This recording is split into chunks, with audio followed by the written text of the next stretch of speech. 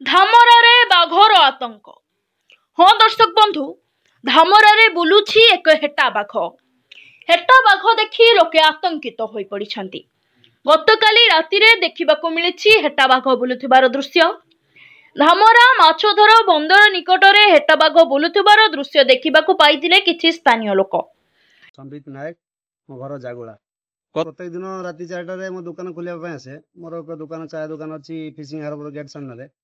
ମୁଁ ଗତକାଲି 4ଟା ସମୟ ଆସିବା ବେଳେ ଦୋକାନ ଖୋଲି ହଠାତ୍ ମୋ ନଜର ପଡ଼ିଗଲା ମୋ ଦୋକାନ ଫ୍ରଣ୍ଟରେ ଗୋଟେ ବାଘ ଭଳି, ହେଟା ବାଘ ଭଳି ଗୋଟେ କ'ଣ ଠିଆ ହେଇଛି। ମୁଁ ତୁରନ୍ତ ବାହାରକୁ ଆସି ଦେଖିବା ବେଳକୁ ଯେ ହେଟା ବାଘଟେ ନିଶ୍ଚୟ ସିଏ ମୋତେ ଦେଖି ଉପରେ ବାଟେ ଶୌଚାଳୟ ଛାତ ଉପରେ ପଳେଇଲା। ମୁଁ ଫଟୋ ଉଠାଇବାକୁ କୋସିସ୍ କଲି। ଅନ୍ଧାରରେ ଫଟୋଟି ଏତେ କ୍ଲିଅର ଆସିନଥିଲା। ତାପରେ ପାଗଟି ଶୌଚାଳୟ ଝରକା ବାଟେ ଦେଇ ବାହାରକୁ ଗଲା ପରେ ମୁଁ ଦୌଡ଼ି ଯାଇ ଝରକା ପଟରୁ ଗୋଟେ ଭଲ ଫଟୋ ଉଠେଇକି ନିଜେ ମିଡ଼ିଆ ବାଲାଙ୍କୁ ଦେବି ବୋଲି ଉଠେଇଥିଲି। ଏହା ଦେଖି ଲୋକମାନଙ୍କ ମଧ୍ୟରେ ଭୟର ବାତାବରଣ ଖେଳି ଯାଇଛି।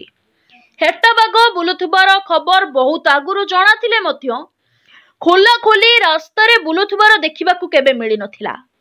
କିନ୍ତୁ ଏଇ କିଛି ଦିନ ହବ ଖୁଲମଖୁଲା ରାଜରାସ୍ତାରେ ବୁଲୁଛି ହେଟା। କୁମାର ଦଳେଇ, ପ୍ରକୃତି ବନ୍ଧୁ, ଧାମରା।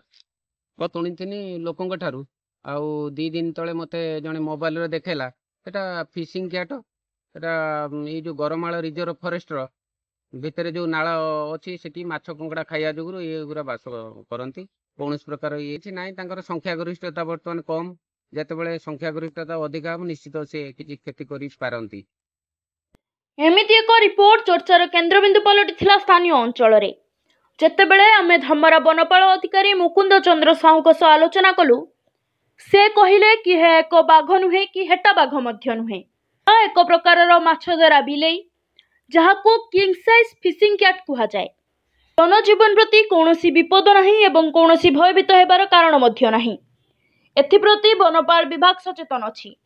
ଜିଷ୍ଣୁ ଜନ୍ମାଙ୍କ ସହ ଧାମରାରୁ ନରେନ୍ଦ୍ର ଲେଙ୍କାଙ୍କ ରିପୋର୍ଟ, ସ୍ୱତନ୍ତ୍ର ଓଡ଼ିଶା ନ୍ୟୁଜ୍।